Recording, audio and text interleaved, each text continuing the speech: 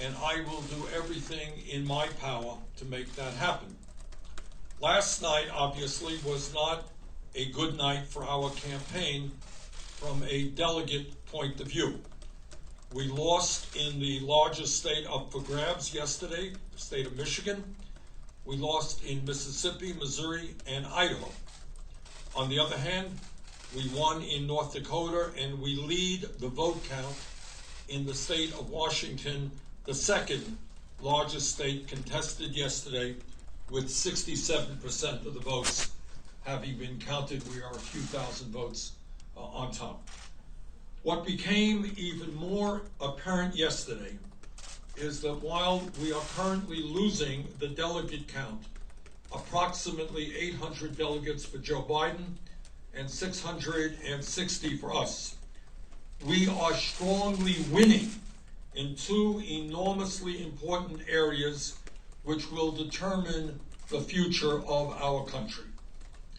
Poll after poll, including exit polls, show that a strong majority of the American people support our progressive agenda. The American people are deeply concerned about the grotesque level of income and wealth inequality in this country, and the American people want the wealthy and large profitable corporations to start paying their fair share of taxes. Overwhelming support for that.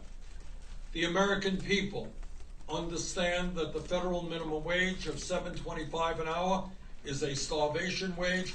They want to raise the minimum wage in this country to a living wage of at least $15 an hour. And the American people understand that if our kids are going to make it into the middle class of this country, we must make public colleges and universities and trade schools tuition free. The American people understand that we can continue a cruel and dysfunctional healthcare system, and it is a me to see that even in conservative states like Mississippi, there is an overwhelming understanding that we are now spending twice as much per capita as do the people of any other country, while 87 million of us remain uninsured or underinsured. And this crisis, this absurd healthcare system, is becoming more and more obvious to the American people as we face the challenge of the coronavirus pandemic that we are currently experiencing. Imagine facing a pandemic and having 87 million people who are having a difficult time going to a doctor when they need. And the American people know, unlike Donald Trump, that climate change is an existential threat to our country and the planet, and that we need to transform our energy system away from fossil fuel to energy efficiency and sustainable energy. And the American people also know that we need fundamental transformation of a broken and racist criminal justice system, as well as a cruel immigration system that keeps millions of people living in fear. But it is not just the ideological debate that our progressive movement is winning. We are winning the generational debate. While Joe Biden continues to do very well with older Americans, especially those people over 65, our campaign continues to win the vast majority of the votes of younger people. And I am talking about people not just in their 20s, but in their 30s and their 40s. The younger generations of this country continue in very strong numbers to support our campaign. Today, I say to the Democratic establishment, in order to win in the future, you need to win the voters who represent the future of our country, and you must speak to the issues of concern to them. You cannot simply be satisfied by winning the votes of people who are older. While our campaign has won the ideological debate, we are losing the debate over electability. I cannot tell you how many people our campaign has spoken to who have said, and I quote, "I like what your campaign stands for.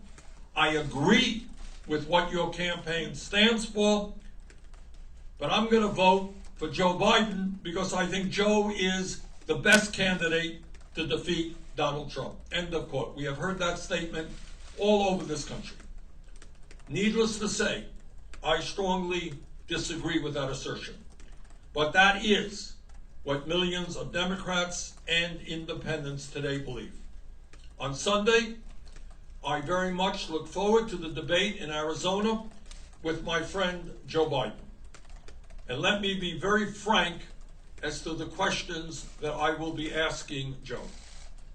Joe, what are you going to do for the 500,000 people who go bankrupt in our country because of medically related debt?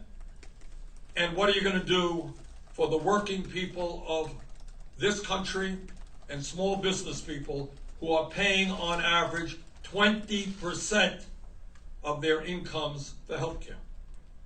Joe, what are you going to do to end the absurdity of the United States of America being the only major country on earth where health care is not a human right? Are you really going to veto a Medicare for all bill if it is passed in Congress?